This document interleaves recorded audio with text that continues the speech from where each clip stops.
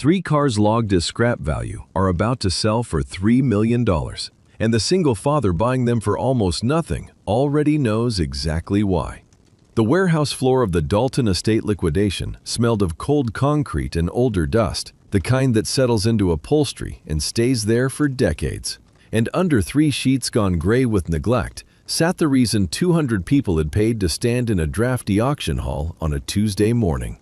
Frances Cavendish walked the line of covered shapes with her phone already half raised, her assistant trailing a step behind with a clipboard nobody needed. And when she reached the third sheet, she pulled it back herself, two fingers pinched at the corner like she didn't want the dust on her hand.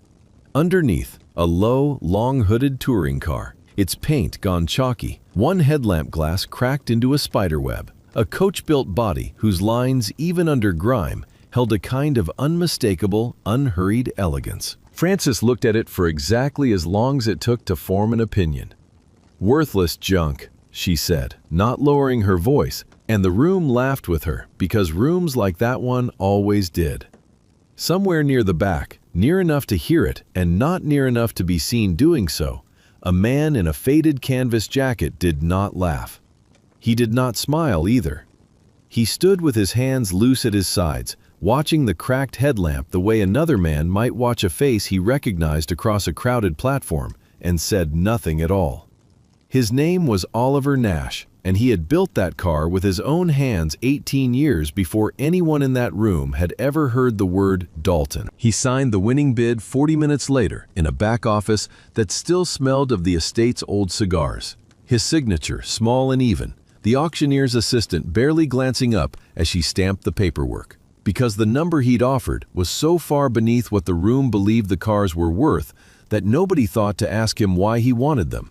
Frances Cavendish, 3 offices down, was already on to the next lot, already back to checking a stock ticker crawling silent across her phone screen, entirely unaware that the man in the worn jacket had just bought back 18 years of his own erased life for the price of a used delivery van. Stay with this one to the end. The reason those cars were marked worthless is not what anyone in that room expected, because somewhere between that morning and the 7 days that would follow, a 9-year-old girl would trace her mother's handwriting across a ledger page for the first time in years. A billionaire would learn her own trusted lieutenant had been robbing her in plain sight.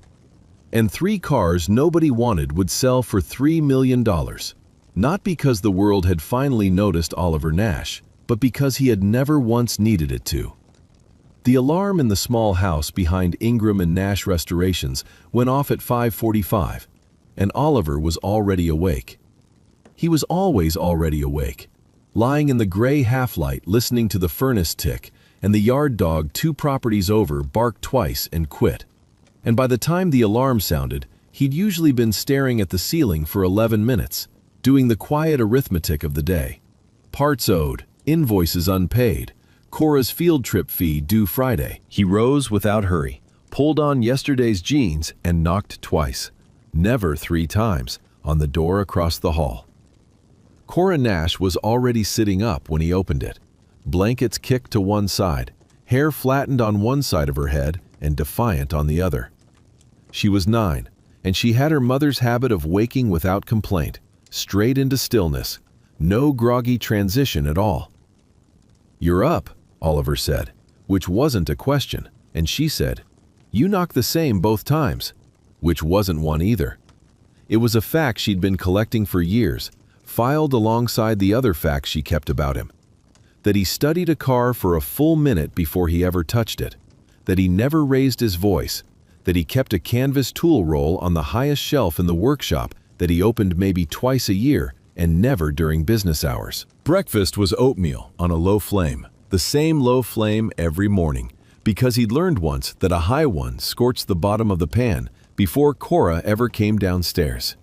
She ate at the counter, swinging her sock feet, one sock always pulled higher than the other, a fact he'd stopped correcting long ago, and watched him with the particular attentiveness of a child who had decided, sometime before she could articulate why, that her father was worth watching closely. "Mr. Ferris asked me why you don't talk about your old job," she said, not looking up from her bowl. "Before the yard, before Ingram's." Oliver stirred the oatmeal once more than it needed. "What did you tell him?" "I said I didn't know, which was true." She looked up then, and it was Margaret's look exactly, patient and unblinking. "Was it bad, the old job?" "No," he said, and meant it, and left it there, because that was the whole answer he had for a 9-year-old on a Tuesday morning.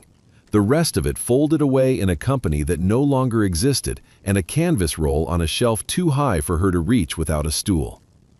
He did not tell her that the roll held a build ledger with her mother's handwriting crowding its margins, chassis numbers and torque specs recorded in a hand that had once helped him keep track of a life he'd since had to relearn how to live without her in it. He did not tell her that 14 years ago he had been the youngest lead design engineer in a 100-year-old Coachworks history, and that 4 years ago a different kind of ledger had gone quiet in a hospital room, and that both endings had taught him the same lesson in different rooms, that the things worth the most rarely announce themselves. He kissed the top of her head on the way to the sink, and she let him, and that was the whole of it. No speech, no explanation, just a father and a daughter moving through a morning built on routines neither of them had ever needed to discuss. The estate liquidation floor filled slowly over the following week, first with appraisers, then with Cavendish Capital Ventures' small traveling team, then with the wider circle of collectors and dealers drawn by the promise of an old family fortune finally coming apart at the seams. Francis Cavendish arrived on the second day in a car that cost more than the Dalton house itself, trailed by Estelle Fairchild, her lead valuation engineer, carrying a tablet loaded with numbers she trusted more than her own eyes. Lot 41 through 43, Estelle read, standing before the 3 sheeted shapes with the flat cadence of someone reciting something she hadn't questioned. Vehicles, non-running, incomplete provenance, outside contractor assessment, scrap and parts value only. Estimated combined worth, $4,200. Francis circled the cars once, phone in hand, glancing at the ticker crawling along the bottom of her screen between glances at the vehicles, as if both required the same shallow attention. 4,000, she repeated, amused, for 3 of them. She pulled the nearest sheet back herself, that same 2-fingered pinch, wrinkling her nose at the dust. A photographer from the estate's PR firm caught the moment on a long lens. Billionaire, chalky old car, unimpressed expression. Exactly the kind of image that performed well online. Somebody's grandmother's junk, she said to the small crowd that had gathered, and they laughed because she'd meant them to. It was Estelle who noticed Oliver first, standing near the 3rd car with his hands loose at his sides, studying the cracked headlamp the way a man studies a word he's trying to remember in another language. "That man's been standing there 20 minutes, she murmured to Francis. Francis glanced over, took in the canvas jacket, the oil stain worn into the cuff, the unhurried posture of someone with nowhere urgent to be. "Sentimental," she said, already turning away. "People get attached to junk. It happens." She said it without cruelty, the way she said most things about objects she couldn't immediately price. Not a judgment, so much as a dismissal, a filing away. To Francis Cavendish, a thing that couldn't be quickly priced simply hadn't yet proven it deserved to be. She set the opening bid for the 3-car lot at $5,000, low enough that her own team exchanged glances, low enough that the auctioneer nearly asked her to reconsider before deciding it wasn't his place. "No one serious is bidding on parts cars," Francis said, already walking toward the door, already back to her phone. The ticker light reflected faint and green across her face. "Let it go for whatever it goes for. It's dead weight on somebody's balance sheet either way." Behind her, unremarked, Oliver Nash reached out and, for the first time since he'd arrived, laid 2 fingers flat against the hood of the car nearest him. Not a caress, nothing so soft as that, just the brief, deliberate contact of a man confirming something he already believed. He came back the next morning before the floor opened, and the morning after that, moving along the 3 cars with the unhurried patience of a man reading a letter he already suspected he'd written. He did not lift a hood or open a door for the first hour of any visit.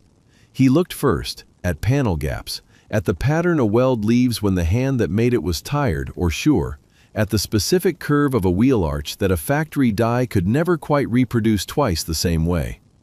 Theodore Ingram, 61 years old and built like a man who'd spent 4 decades bent over engine bays, watched him do it from a folding chair he'd dragged in from the truck, arms crossed, saying nothing until the 3rd morning. "You already know," Theodore said. It wasn't a question. "I knew before I read the lot number," Oliver said. Theodore had run the salvage yard behind their small shared workshop for going on 9 years now, ever since Oliver had shown up looking for quiet work, and Theodore, who'd been foreman at Ashford Coachworks 15 years before that, had recognized him immediately and never once said so in front of a customer. "Chassis stamp on the 3rd one," Theodore said. "Under the frame rail, driver's side. Say it." "Ashford, 62, Unit 3 of 3, Oliver said, without hesitation, the way a man recites his own address. "I stamped it myself. I remember the drill bit skipped on the last digit, and I had to true it up by hand." "Then tell her that," Theodore said, tilting his head toward the far office where Francis Cavendish's voice carried faintly through a half-open door, discussing quarterly figures with someone on a call. "Tell somebody. You built these cars, Oliver. That's not sentiment. That's fact, and facts get you paid." Oliver didn't answer right away. He crouched instead beside the second car's rear wheel arch, running one thumb along a weld seam only he and one other living person would have recognized as his own particular signature. A slightly longer bead on the final inch, a habit picked up from an instructor 30 years dead. "If I stand up in that room and tell them who I am," he said finally, "they hear a sob story. They see a man trying to inflate a bid with a claim nobody can verify in an afternoon. I'd rather they see the paperwork do the talking." He straightened, wiped his palm on his jeans. "I've got the ledger. That's proof enough when it matters." Theodore exhaled through his nose, not quite a laugh. "You're a stubborn man."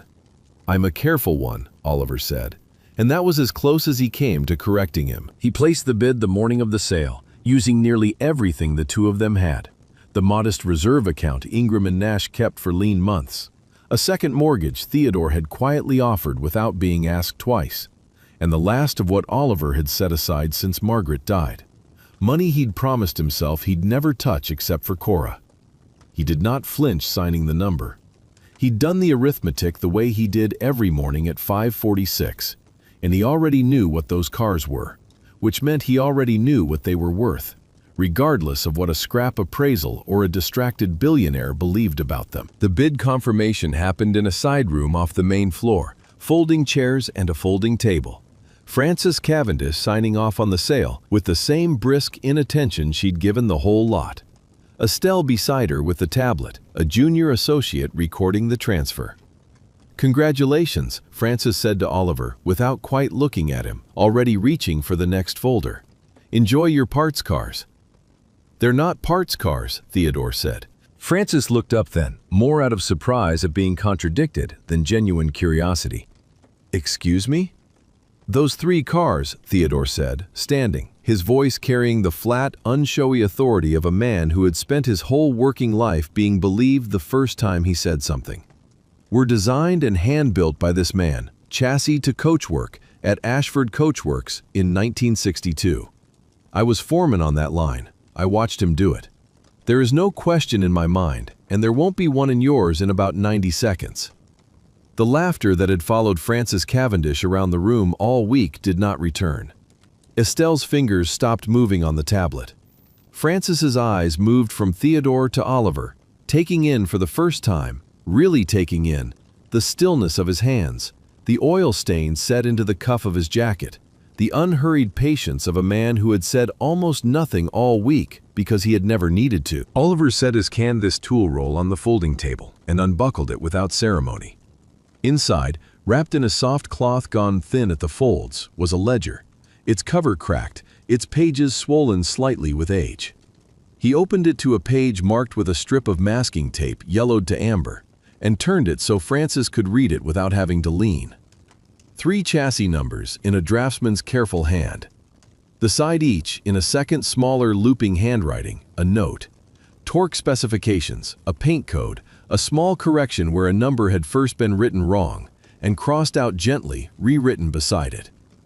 "My handwriting," Oliver said, tapping the first number, and my wife's beside it. He didn't elaborate. He didn't need to. The chassis numbers in the ledger matched, digit for digit, the stampings under the frame rails of all three cars. And every person in that room who had laughed a week earlier now stood in a silence so complete that the tick of the wall clock behind Frances Cavendish's head was the loudest sound in it. Frances closed her mouth, which had opened slightly without her noticing, and looked down at the ledger and did not laugh. She did not sleep well that night, though she would not have admitted to anyone that the reason was 3 photographs of chassis stampings Estelle had sent her at 11:40, each one matched precisely against a scanned ledger page, side by side, undeniable. By 7 the next morning, Frances was in her downtown office, blinds still drawn, staring at the original appraisal file on her monitor with an attention she rarely gave anything that wasn't a balance sheet. "Pull the contractor's report," she told Estelle, when Estelle arrived at 7:15 with 2 coffees, one of which Frances did not touch. Every page, every timestamp.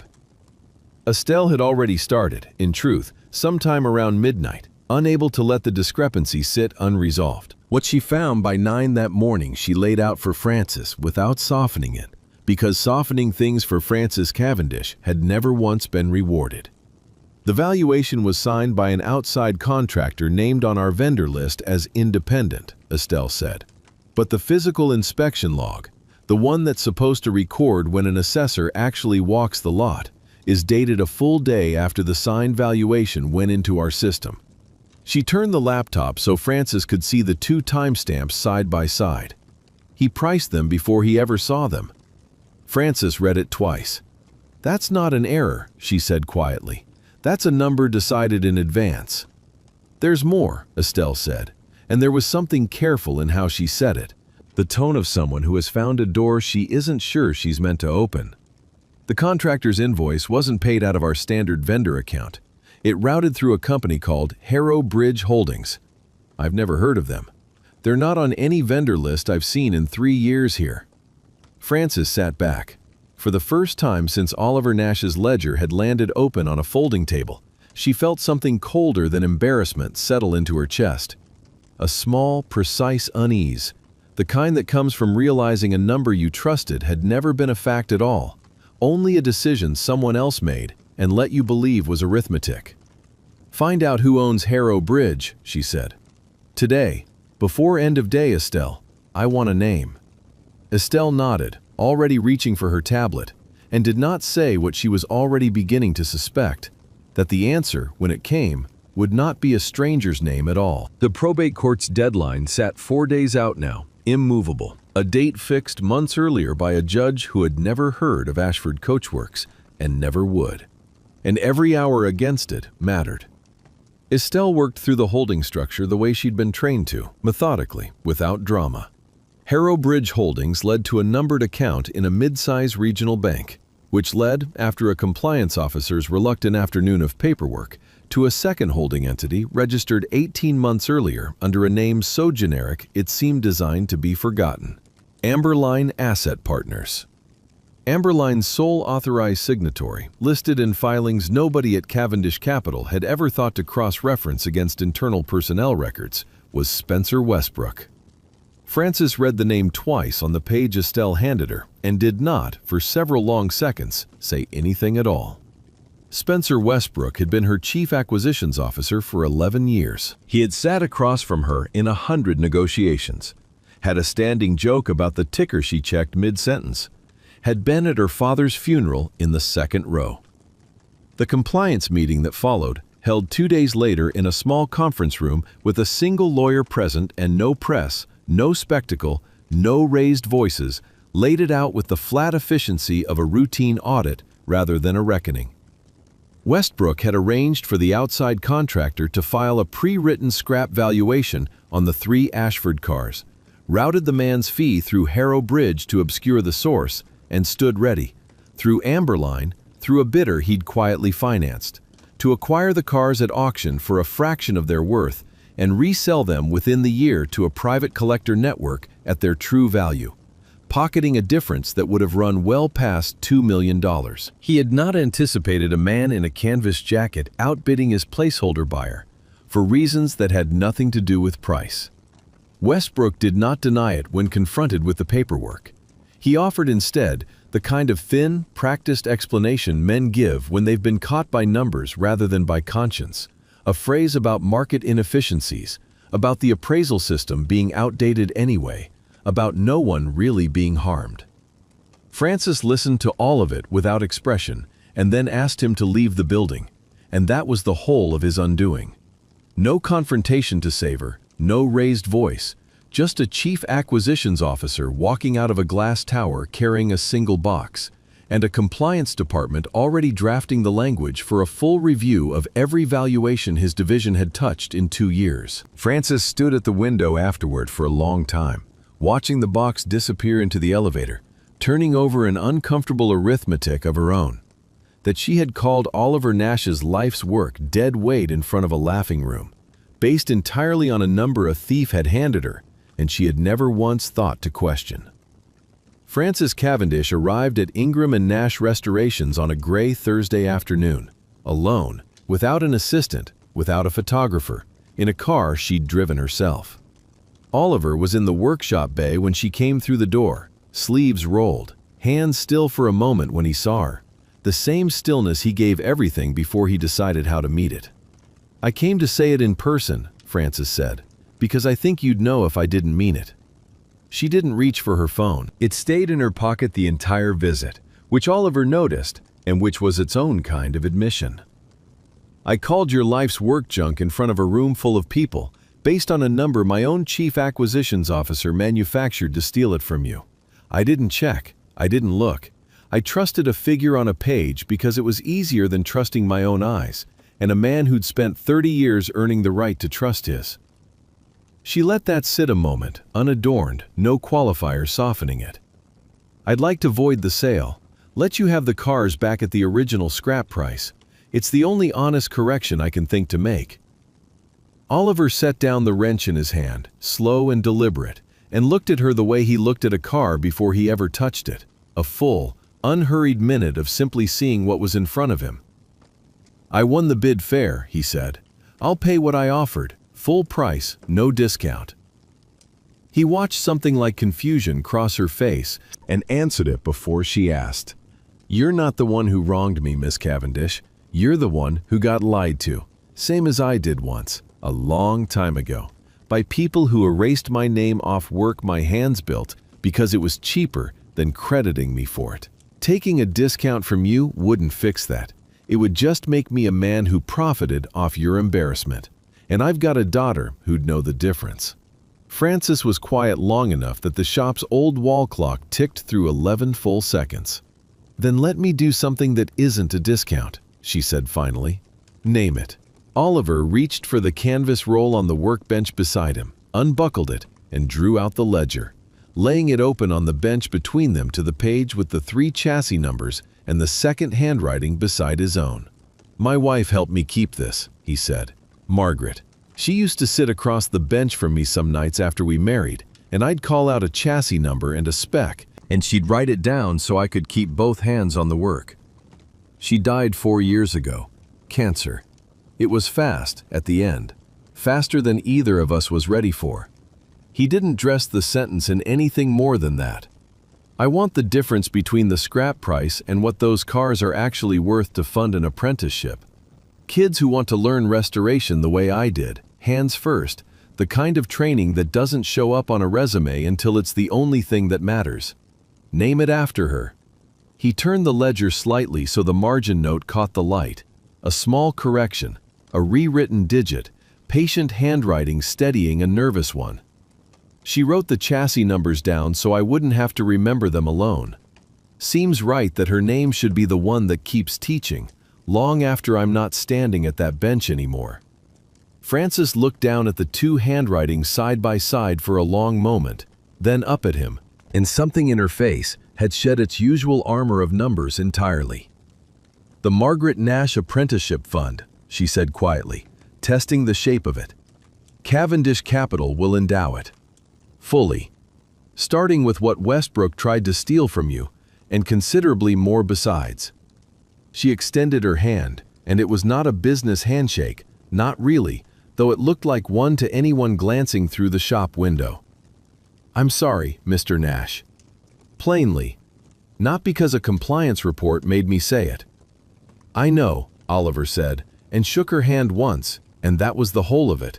No speech, no further reckoning required, the ledger still open on the bench between them, catching the last of the afternoon light through the bay door. 3 months later, the workshop bay at Ingram and Nash Restorations ran 2 extra work tables it hadn't needed the previous spring. And on a Saturday afternoon in early autumn, it held 4 apprentices bent over the disassembled front end of a 1958 Roadster. Theodore Ingram walking the line behind them with his arms crossed, correcting a torque sequence here, letting a mistake run its course there so the lesson would stick. Oliver worked at the far bench, unhurried as ever, and beside him, most Saturdays now, stood a serious, sharp-eyed boy of about 12, named for his mother's own father. Sent one afternoon a week by Frances Cavendish, who had reformed her firm's appraisal division from the ground up, and told anyone who asked that the best investment she'd made all year cost her nothing and paid her back in something she hadn't known she was missing. The 3 Ashford cars, restored now to a shine that made strangers slow their cars on the road outside just to look, had sold at true value to a museum consortium for just over $3 million. And the sum had gone almost entirely into the fund bearing Margaret's name, with enough left over to finally put shingles on the roof of the little house behind the shop, and set aside, without anxiety this time, whatever Cora might need for whatever came next. The ledger hung framed on the workshop wall now, protected under museum glass, its cracked cover and swollen pages preserved exactly as they'd always been, open to the page with the 3 chassis numbers and the 2 handwritings beside each other. Below it, a small brass plaque. The Margaret Nash Apprenticeship Fund, Ingram and Nash Restorations. Established in honor of a woman who believed the smallest details were the ones worth writing down. Cora stood in front of it on a Sunday evening after closing, the shop quiet, her father wiping down a bench a few feet away, and she reached up and traced one finger along the looping second handwriting in the ledger's margin, slow and careful, the way her father studied a panel line before he ever touched it. "She wrote small," Cora said. "She did," Oliver said, not looking over, though he was watching all the same. "So there'd be room for the next thing," Cora said, and went back to tracing the numbers, and Oliver let the quiet hold, because there was nothing in it that needed saying twice. If you believe quiet competence deserves to be seen before the world finally notices, you already understand exactly what Oliver Nash was worth all along.